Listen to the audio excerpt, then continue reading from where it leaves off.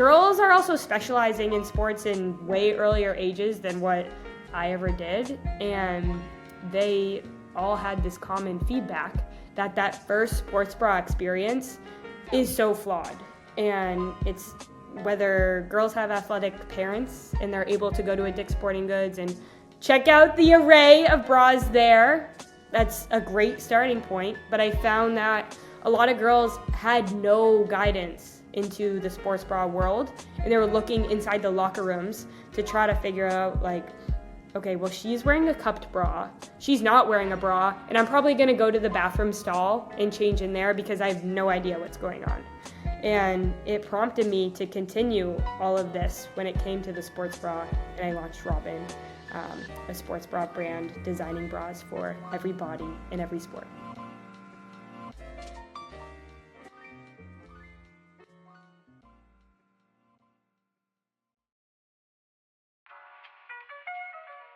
That was Sara Falkson today on the Running Effect podcast. I'm privileged to welcome on a good friend and someone who is doing big things in the world. She's a remarkable individual, and she's building a company called Robyn Athletic, which is a sports bra and body confidence brand built by athletes for athletes. And it's focused on helping girls stay in sport, which started as a thesis project for her, but is now a full-time gig. And they're launching very, very soon, hopefully by the end of next year. In today's conversation, the first half is kind of focused on lighthearted subjects around the love of running, which I always love talking about because Sara has a background in field hockey. She played for Dartmouth in college and grew up playing that sport, but recently has started to run more and run marathons. She recently ran the New York City Marathon. So the first half of the conversation is focused on running and her journey in the sport, which is always a delight hearing about people's introduction to the sport of running. And then the back half is kind of focused on discussing Robyn and the inception of the company, all that they're doing, their mission. We also talk about girls dropping out of sport and how she is trying to fix that through Robyn, and how you guys, the listener, can help your teammates and people you know and girls stay in sport much longer than they currently are. This was a really enjoyable, thoughtful discussion, and I hope you guys enjoy it as much as we did having it. If you do enjoy it, give us a 5-star review. It takes next to no time to do so. Hit us with the follow so you don't miss more conversations like this in the future, and make sure you share the podcast, as that is the easiest way in which we can grow. And without further ado, enjoy this thoughtful conversation with the one and only Sara Falkson.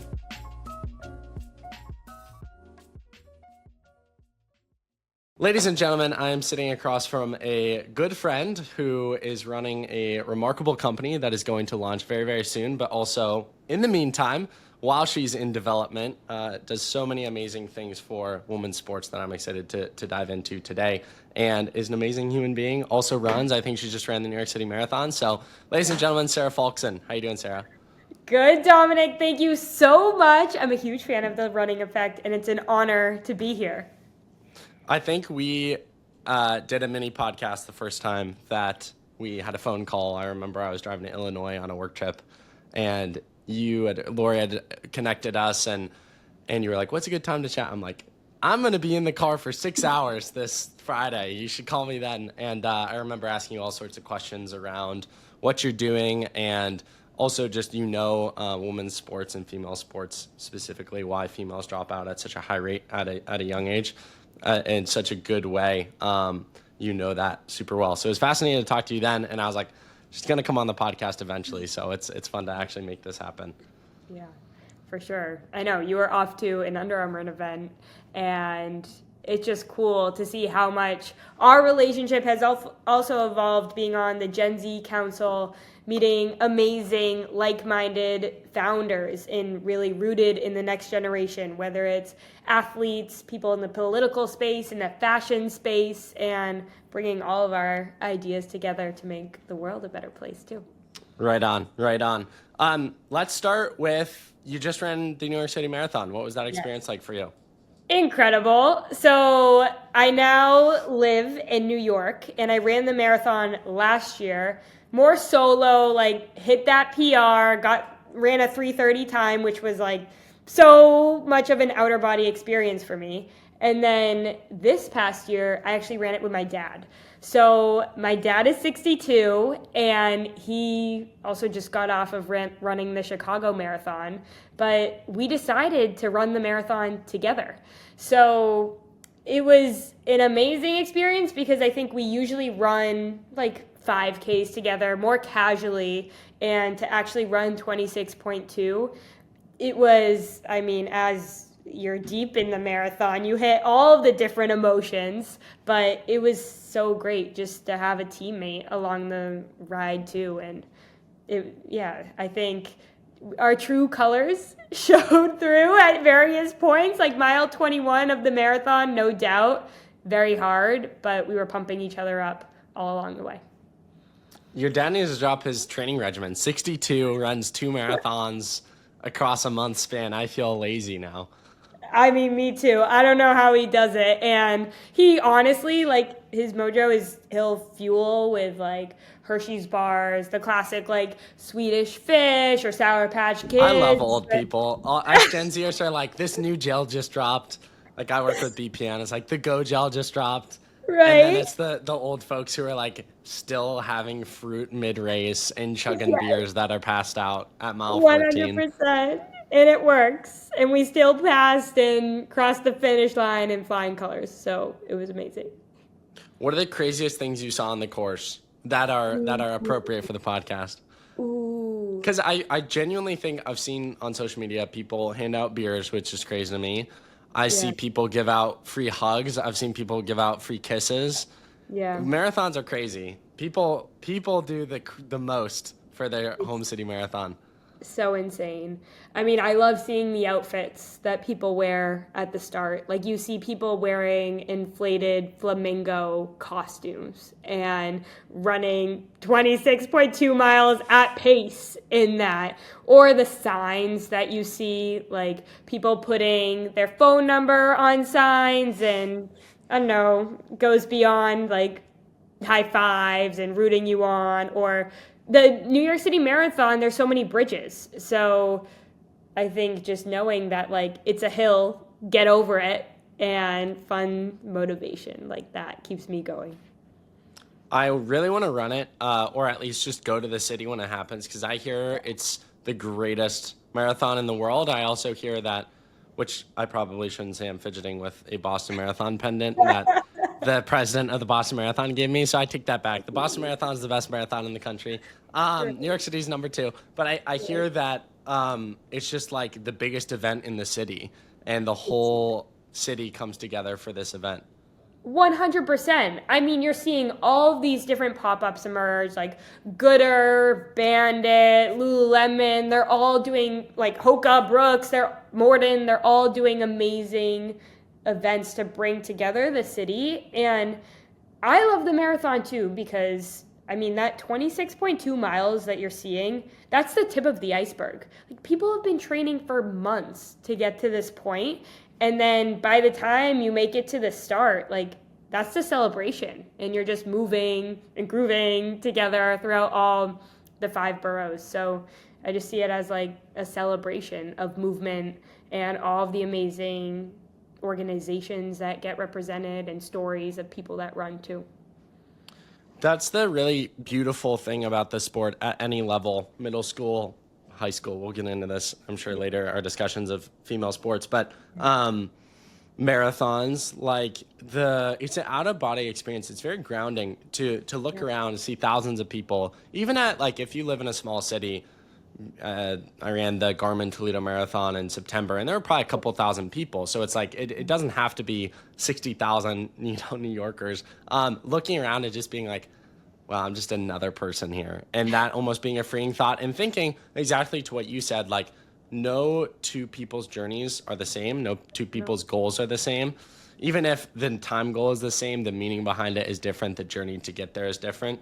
That's what I love about the sport of running, is it's such a personal journey rather than, field hockey. Maybe I shouldn't hate on field hockey. I don't know your current relationship with it, but it's kind of like you either make it or you don't. And there's really, it's very objective, success or failure, whereas running, the meaning can shift. And the meaning can shift within the race, which is beautiful. Like, you can go in with one goal and then your goal can shift, where it's like, maybe you pull your hamstring and now it's just like, I just want to finish. And maybe there's more meaning behind finishing than your original time goal. 1000%. Like, you're surrounded by the athletes from Achilles International who have their own story in being there. You're surrounded by people who are in the process of hitting their PR, and some who it's their first marathon and they're just like, I'm going to listen to all the Taylor Swift and Life of a Showgirl that I want to get me through this race. But I think it's just like that shared love for running for something. Like, you just don't show up to the New York City Marathon casually. You have a reason and a mission in doing it. And I think it's just so grounding. Like, even at the start, you're surrounded by all of these people, like, nervous but excited, and people are eating the bagels at the start that are being handed out, and others are like, I trust my fuel so much, I'm not messing with that. And things happen throughout the race too. Like, exactly, maybe you get that huge pain in your hamstring, maybe you have to stop and tie your shoe or go to the porta potties a few extra times, but at the end of the day, like, it's such an amazing journey, and it's a marathon, not a sprint. So you're all in it together. I love it. Also, I'm realizing, because no one would have seen this, but I hit mute to cough. If I sound off, people, it's because I'm recovering from a cold. That's why on our meeting the other day, my camera could have been on, but I did not talk much. I was like, I sound like Darth Vader. I sound like death right now. Well, you look and sound amazing right now. I wouldn't have known. Speaking of the transition from field hockey to marathoning, unless you're going out there in some, I don't know, field hockey group that I don't know about and kicking ass weekly. Pretty much marathon. Yeah, what was the introduction to the sport? Because I think a lot of my guests, it's cookie cutter, or they got introduced at a young age and they kind of stuck in it. And so I'm curious to hear your version, your story, and your journey to the New York City Marathon. No, I'm joking. Your journey, period. Yes.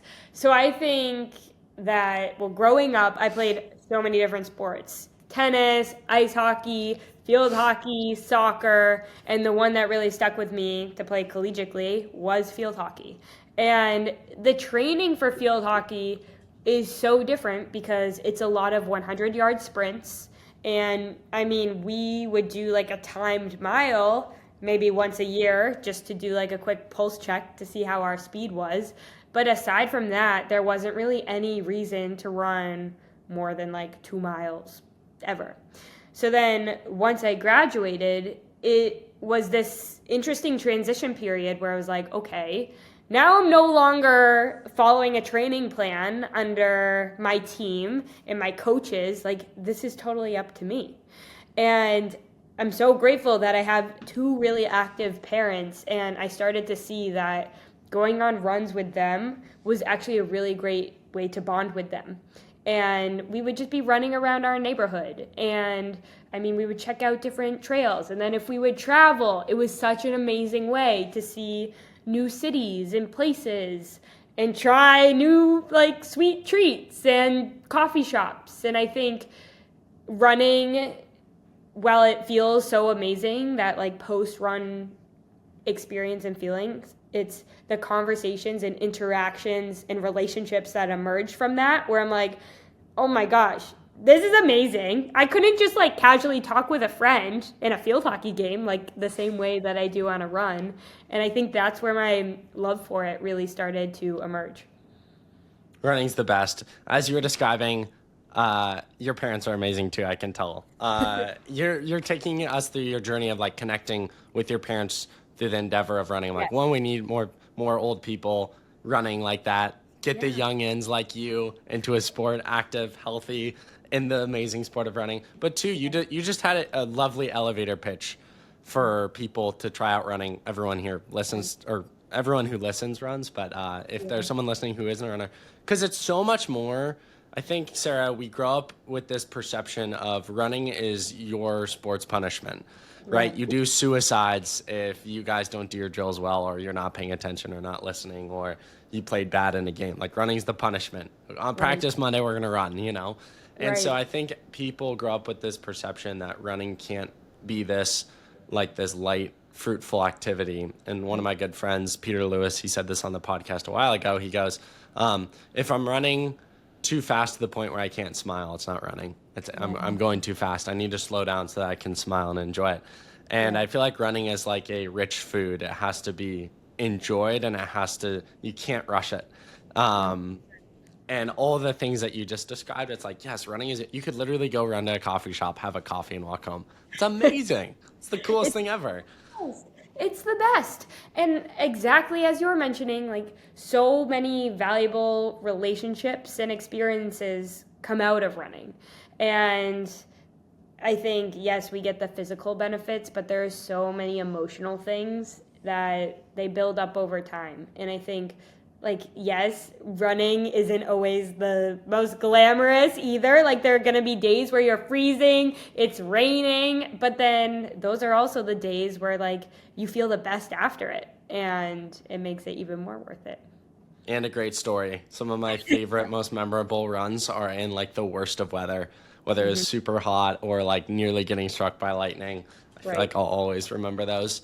And yeah, I mean, running is just such a special sport. Like, even me, we ran a marathon in September and then kind of took a step back because I just kind of felt burnt out from how many things I was doing in life. And so not running was like one less thing. And I'm at the age where I'm trying to, because I grew up running, I grew up as like the stereotypical scrawny skeleton runner who is fast. And so have wanted to put on more muscle in the gym. So I've been getting in the gym a lot more, and that's been my focus. And actually right before this, I ran for the first time in quite some time. And I was like, as much as I love lifting heavy and putting on muscle and how rewarding that feels, there's nothing like running. Like, I was like 3 minutes into my run smiling, cancel me. I was listening to Christmas music, maybe a week early, some will say. And I was like, this sport is remarkable. Just the feelings, it is truly a drug. And it's hard to admit that because you don't want to associate running with drugs, but it feels like it. The euphoria you feel from going on a run and being with your thoughts, specifically you and I, busy lives, and retreating to running is like, it's beautiful. Oh, yeah. It's absolutely therapeutic because I think whenever I do make time and I have time to go for a run, that's time that I'm not scrolling on my phone or attending to a bunch of different notifications that might be popping up, that there's a time and space to address those. And I always think that when I'm going for a run, this is like adult recess. Like, in the middle of the day, we get to escape, we get to go outside and just be with nature, absolutely like sing to yourself and like dance. And the other thing too, like half of my Stravas, they're slow. Like, I'm taking my sweet time. I'm not pausing my watch at the crosswalks. I'm mixing in some walks, but it's just like getting out and moving my body that I think makes everything outside of the sport of running possible and gives me so much more energy. Well, and even to the crosswalk point, which I love, it's like, who told us that everyone knows a crazy person who has to jog in place? And it's like, who told you that that's what running was? You know, Right. I feel like running can have different definitions to different people. And that's why I feel like I know I started running at the age of 5. You can start at 5 or earlier, or you could be my grandpa who's 85, still runs 3 times a week, but most people's walk would be faster than his runs. But it's a run to him, you know, it's the motion of one foot in front of the other as fast as you can. And so that's the beautiful thing too, is I feel like the sport can have different definitions to different people. Whereas again, field hockey, football, baseball, it's very granular and very, here are the rules, here's the game, and there's beauty in that. But I think it's a refreshing retreat to people like you who came from that very structured background to like, whoa, I'm just like doing something that I've known I can do forever, but have never really like tapped into. Oh, yeah. It's so freeing. Because on the path of a run, I mean, usually the only thing determining my route is how much time I have. So it's like, oh, okay, I still have 30 minutes to explore. Well, I'm going to turn right here just to check out this view. I've never gone that way. There's this rainbow bench that I always love seeing. Okay, then I'll go back on the path. Maybe I'll see some flowers or some birds. Like, you can just be curious and explore other things around the path. And yes, there's a time and place to race and hit those PRs, but day to day, I think it's the most like fulfilling way to move our bodies and just celebrate movement.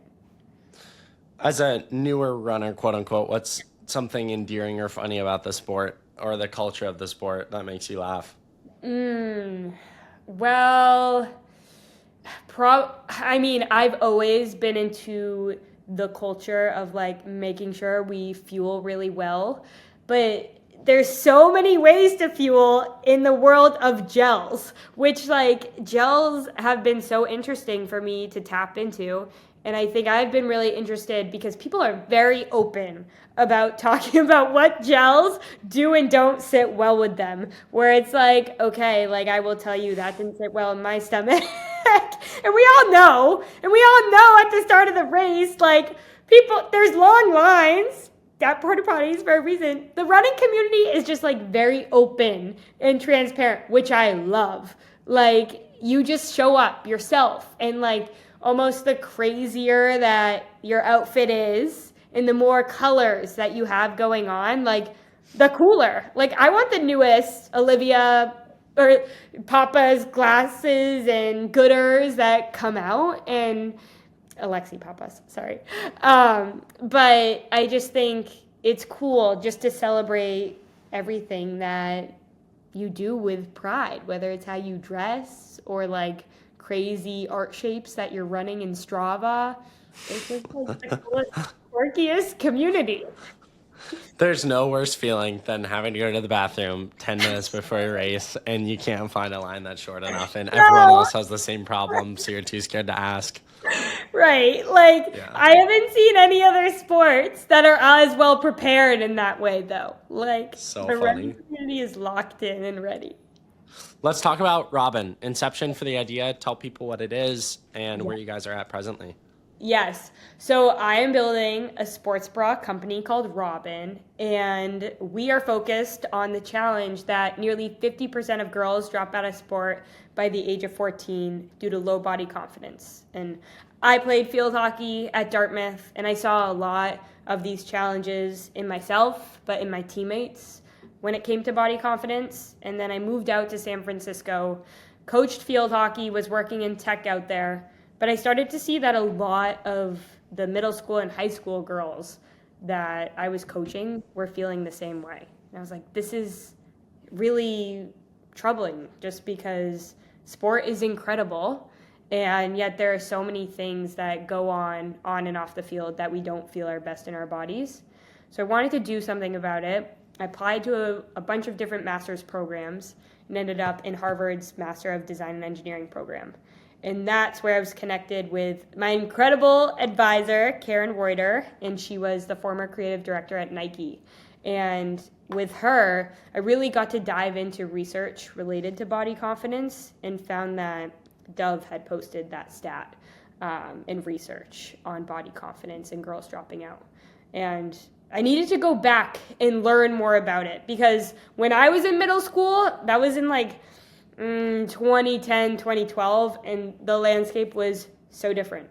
So I went into a bunch of middle schools and high schools in Boston and started asking the girls, like, what is your experience in sport right now? What's it like growing up in sport? Because these girls have lived through a pandemic, they have TikTok, they have Instagram, and girls are also specializing in sports in way earlier ages than what I ever did. And they all had this common feedback that first sports bra experience is so flawed. And it's whether girls have athletic parents and they're able to go to a Dick's Sporting Goods and check out the array of bras there. That's a great starting point. But I found that a lot of girls had no guidance into the sports bra world, and they were looking inside the locker rooms to try to figure out, like, okay, well, she's wearing a cupped bra, she's not wearing a bra, and I'm probably going to go to the bathroom stall and change in there because I have no idea what's going on. And it prompted me to continue all of this when it came to the sports bra, and I launched Robyn, a sports bra brand designing bras for every body in every sport. It's amazing. Congrats. And I know it's going to be wildly successful, because the most successful things are the companies that provide solutions to problems. And like a sincere thank you, because I know you'll impact generations to come by, I think so many people just walk by problems and they know it's a problem, but they don't want to take the hard action. Like, the amount of hours you put in. I have no clue. It's like, it's not easy, right? Yeah. And so I really want to give you your flowers of tackling this issue and this problem, because I'm sure even how you think about it, and correct me if I'm wrong, is it starts with the sports bra and everything is downstream from that. Because you can't just throw out a bunch of statistics to a girl in 5th grade. You almost have to get them in first and then say, okay, Exactly. How do you think about that? You're exactly right, because I think the sports bra is the tip of the iceberg. Because if you're talking about a sports bra, well, you're also talking about growing up and what it means to start using deodorant for the first time, or to get your period. And when you're getting your period, how do you train on your period? And what does it mean at different cycles of the month? So I think the sports bra is such an important piece of equipment, which equipment I say because I think there's this massive gear gap. When we look at guys' sports, I think when it comes to cups or other more like undergarment type pieces of equipment, we see it as that, and they're required and they're discussed. But for a lot of female athletes, we're not talking about the sports bra, but I guarantee every single runner that you pass is wearing a sports bra.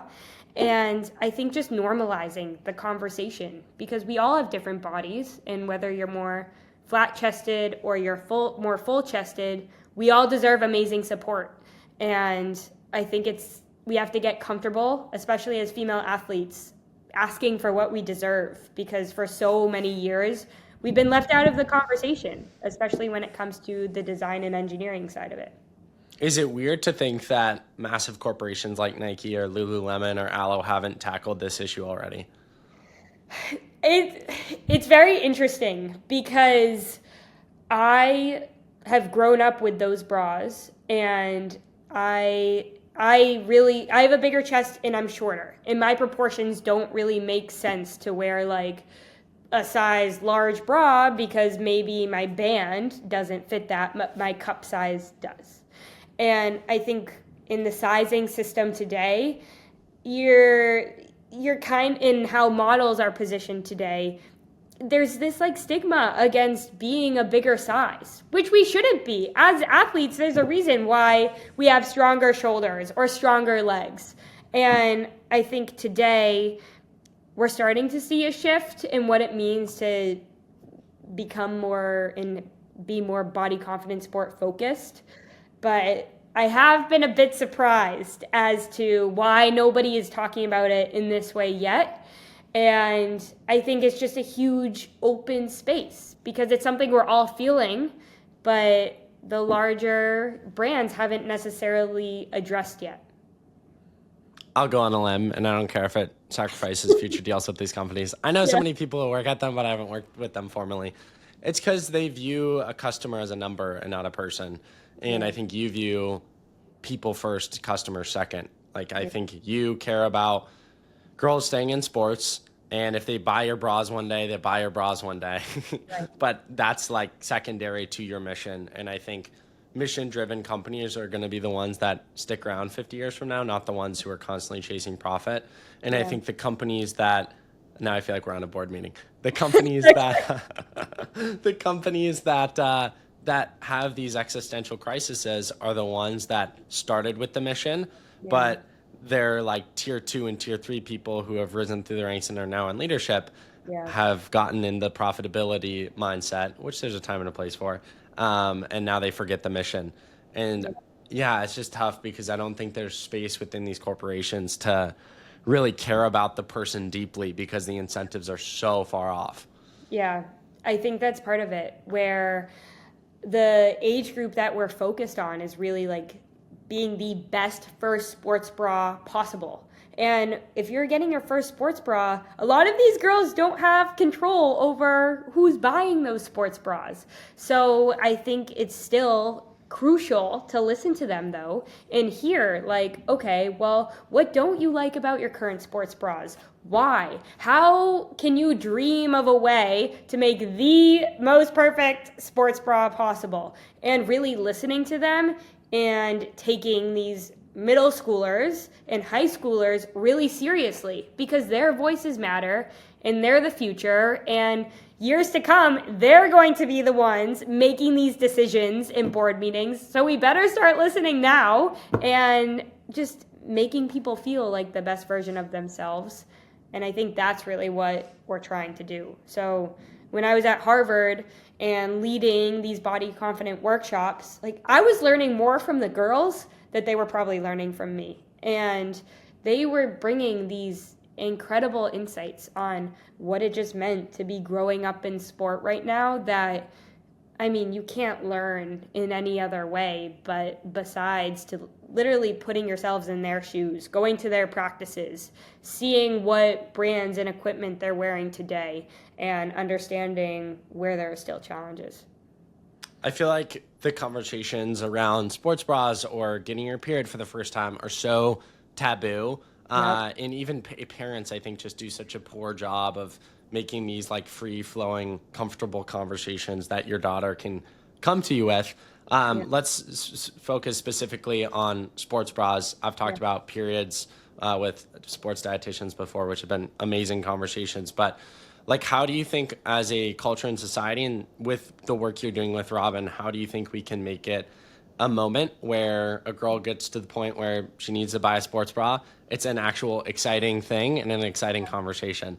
Like, which one should I pick from Robyn, Mom? Exactly. I love it. Well, our goal is to equip entire teams with our sports bras because right now, I mean, we see girls in middle school, for example, they're starting to develop breasts for the first time, and it's a crazy landscape and with, I think, inaccessible opportunities for everyone. And I think if you go into a Target, if you go to an Old Navy, if you go to a Dick's Sporting Goods, the array and price points of sports bras there, it's all so different. And there are so many different levels of support of bras, and then it really depends on your size and your sport and a multitude of things. So with Robyn, we're really focused on bringing the best sports bras to you and your team. And I think just providing accessible options for everyone on the team. So whether you just signed up for your town soccer program and you're buying soccer cleats for the first time, like we're going to get a sports bra looped into that and normalized into that set of equipment. Or if you're getting ready to go to the NCAA championships with Princeton, like you're going to have an amazing Robyn Princeton sports bra. So just making sure that everyone has equal access to the best gear possible, I think will help normalize it as well. I'm just stuck on the fact that you went to Harvard and used Princeton as your example. I know! You might have to edit the podcast. I know, we're going to have to end the podcast. I have respect for all female athletes and all universities. She's a businesswoman. She knows the market out there. She's not beholden to anyone. I love it. I love it. So many questions off of this. I guess a question from a business-minded person is, how do you go from inception of idea to, launch date next year? Like, I know there's so many pieces that go into this. How have you thought about this strategically in terms of rolling out, and give some sort of ballpark range to the listener of how much hard work has gone into this dream? 100%. So much learning and so many questions and curiosity, where I think I posted a video a few weeks ago now saying that it was 100 days since we founded Robyn. Are you good? I'm good. We'll edit it out. I posted a video a few weeks ago that it was our 100th day celebrating Robyn. And I think building Robyn to where we are today is, one, focused entirely on the body confident sport community, and two, building and developing the bras. So as I was wrapping up my master's at Harvard in May, I really started to feel some good traction from what we were saying and doing. And I knew that, okay, if I want to really take Robyn and build Robyn into a movement, I'm going to have to put myself out there. And that meant sharing our story on social media, which is so far out of my comfort zone. Like, to go out and film myself on campus saying, hi, I'm a Harvard engineer redesigning the sports bra, I would like take the video, make sure no one was around, and then after doing it for a few weeks, I was like, okay, wait, this is kind of cool, and people are listening. So I think one, building the community with social media was a huge learning experience and confidence building experience, because so many people globally were telling me all about their sports bra needs and wants and how we can make the best sports bra possible. And then I think two, building the bras and launching a company is no joke. And I think coming from an engineering background and working in software, I'm really used to being able to design and code something and seeing it live instantly. When you're building an apparel brand, it's not happening instantly, which is okay, because I think it allows you to really dive into the sampling process and form meaningful relationships with manufacturers and your designers. So I have an incredible team of women who were formerly at Victoria's Secret and now have their own swimwear and lingerie consultancies. And I've been able to really work with them on designing the best bras possible and who are so mission and vision aligned. And I think having a great legal team who, little plug for them, it's an all-female team, so they totally get the sports bras. We're looking into the IP of things, and it's with a team who specialize in sports and has great experience in women's sports. So as we look to go under the patent process and approvals, it's actually really important to work with a lawyer who's worn a sports bra, because maybe there are key things that she can point out. And then I think like the financial side of things is real too. So we're entirely bootstrapped today. And I think just navigating costs right now as we're pre-revenue and expecting like how can we prepare for once we do get product and make sure we're as ready as possible to hit the ground running and make sure that all of our future Robyn athletes can get their bras on time and compete with confidence as well. What would you say has been the biggest adversity in this process, and how'd you overcome that adversity? It's such a great question.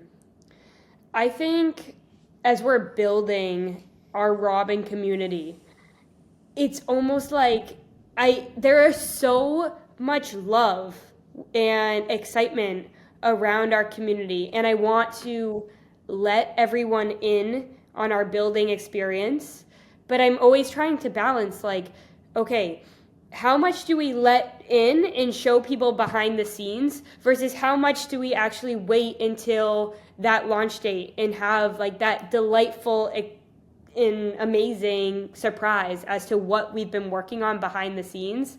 So I'm always torn as to like how far do we pull back the curtain and show, because there is so much happening from different meetings throughout the day and different like ways that we're thinking about the branding and the strategy that I so badly am like, do people care about this side of things? But also I think we have this incredible community, and I'm always thinking of ways that we can bring everyone together.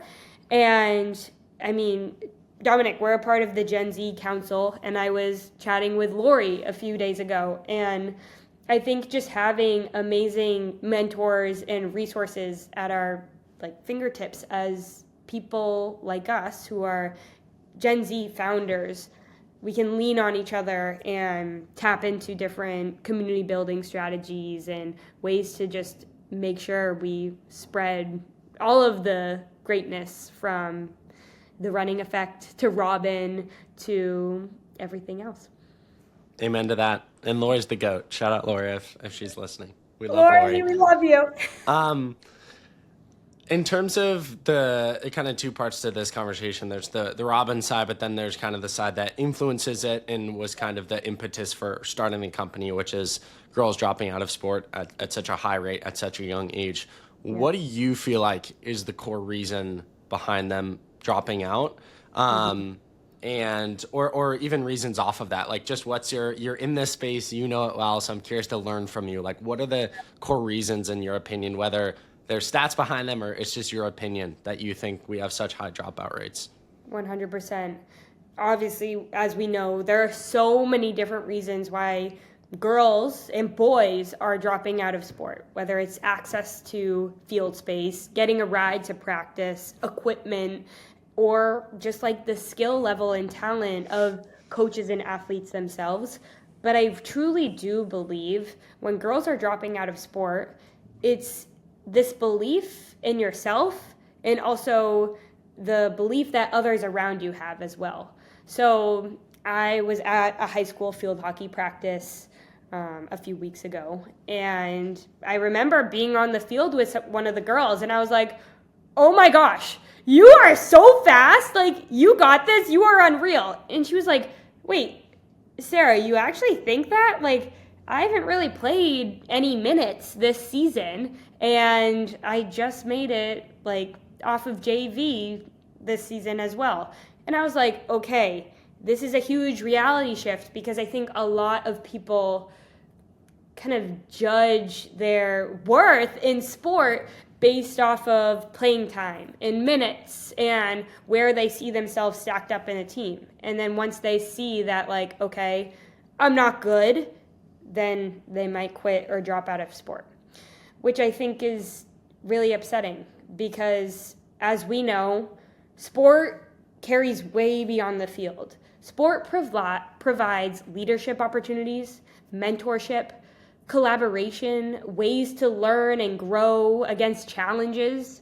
And I think when you drop out of sport, you're dropping out on so many other things, where Deloitte published a statistic that 88% of women in the C-suite played at least sports into a high school level. Wow. Yeah. That doesn't surprise me. That's a cool stat. It's a really cool stat, and I think it just shows that you don't need to play collegiately. You don't need to make it to the highest of high levels in athletics, but just the foundation that sport teaches us goes so far.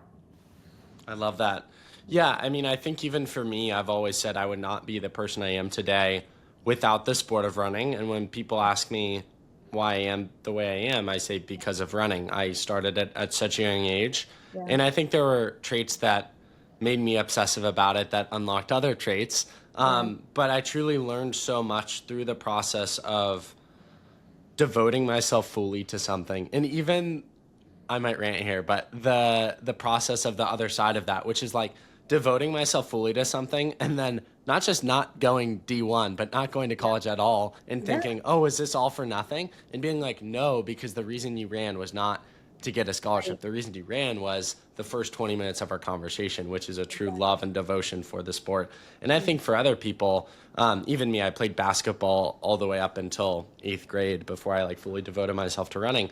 Yeah. And I think of my coach, Mr. Rutsky, shout out Coach Rutsky, definitely not listening to this, maybe in another life, or maybe I'll send it to him. Yeah. But he had such a crazy, he just instilled crazy work ethic and excellence. Like everything was, I feel like he studied under Coach K at Duke, or at least he went to some of his basketball workshops or something.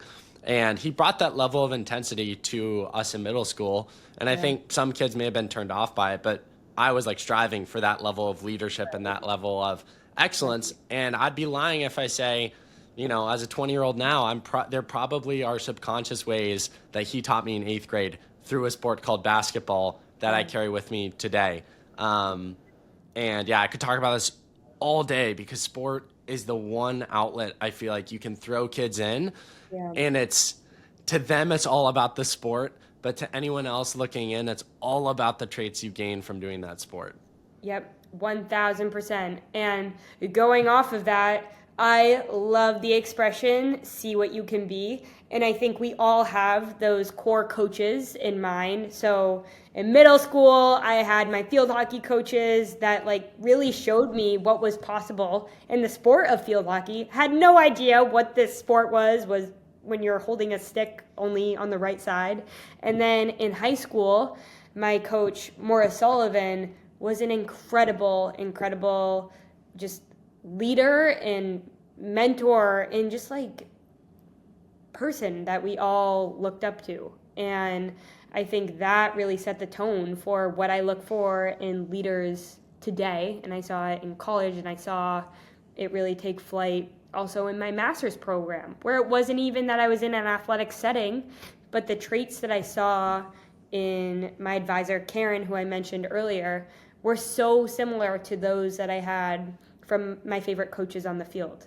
So I think we take sport and where we learn from the qualities and traits and people that we admire into all different areas of our life beyond. Besides supporting Robyn when it comes out, because you guys are certainly going to answer this call, what do you think we can do collectively to help solve some of the problems around keeping young girls in sport? I think the idea of celebrating every body in every sport is so important. And I think there are a few things. Well, one, not being afraid to use your voice, and if you see a problem, going out and really fixing it. Like, that's how we solve things. And I think when I talk to a lot of middle school and high schoolers today, they think, well, what can I do? Like, I'm so young. My voice only matters so much. But anytime I get a DM from a middle schooler or a high schooler, oh my gosh, they're the first ones that I reply to and I want to hop on a call with, because I'm like, whatever you're doing at this age, like, let me know what I can learn. And then two, I think really playing and moving our bodies for the love of it, and kind of ditching whatever our egos or whatever you might see on social media about what it means to be like a good athlete or an athlete. Like, I have the mentality that if you have a body, you are an athlete. We are all athletes. We all have the ability to move with pride and joy. And I think doing that and showing up with that. And I think three, just celebrating body confidence sport, where we all have very unique bodies, and our bodies get us to where we are today. They help us get up from where we're sitting, walk to get our second cup of coffee, show up in school. And I think just knowing that we all have different needs and strengths, and celebrating that as well. And no two people are the same, so stop trying to force that narrative. No. There's always the cool girl or the cool guy on the team. You do not need to look like them to be accepted. No. And your identity does not come from other people's acceptance. 100%. And if you can learn that at a young age, you will be so set up in life, because so many people go their entire lives living for the affirmation or the approval of other people. But if you're enough to yourself, you'll stop chasing, and you'll start existing and living. And I think one of the things that we can do, just as someone who, was on teams all the time growing up, is like, what's your verbiage to your teammates, and what's your verbiage to the teammates you don't like? We're lying. We're totally lying to ourselves if we're always on teams with people we love. We're not. It's just you're on enough teams with people who will get under your nerves, or you won't love them. And it's like, I think you have a duty as a human being. I came up with this great saying a little while ago. I'm sure I didn't come up with it, but I thought it. And it's, you don't have to like someone to love them. You don't have to like be their best friend to love them. I think we're all owed love. We aren't all owed everyone liking each other and being buddy. But from a teammate perspective, like what's your verbiage to a teammate, specifically the ones who you weren't hanging out with after practice, because you have no clue. You're either a force for good in their life or a force for bad in their life. And the words you use create worlds. And so what are you saying to encourage them to be all that they're made to be?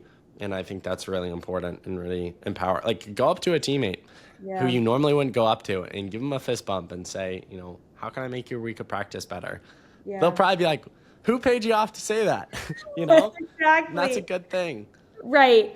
I am a huge fan also of the saying, whether you think you can or you can't, you're right. So just the absolute belief that like anything you set your mind to, it's possible. Like, there's no shot I thought I could ever be in these classrooms at Dartmouth or at Harvard and raising my hand and saying things that people would listen to. But it's taking those risks and believing in yourself that, like, okay, well, if I do it once, it's not going to be perfect, but I'll get better the next time I try to do it. And we all have to start somewhere. And I think just knowing and having trust in the process, like, we have to take these steps out of our comfort zones and get comfortable being uncomfortable, because that's where the true growth happens. Amen to that. Such good words. Where can people support you, follow you specifically before you launch? Yes. So I'm on Instagram, WEAR_Robyn, robynfit.com. And then you can always email me, Sara@robynfit.com, with all of your sports bra likes and dislikes and ways that we can bring body confidence sport to you and your team. Amazing. Final serious question for you. Also, before I get to that, as you're listing how you type this out for people on social media, this morning, getting coffee from a coffee shop, what's your name for your order? I say Dominic.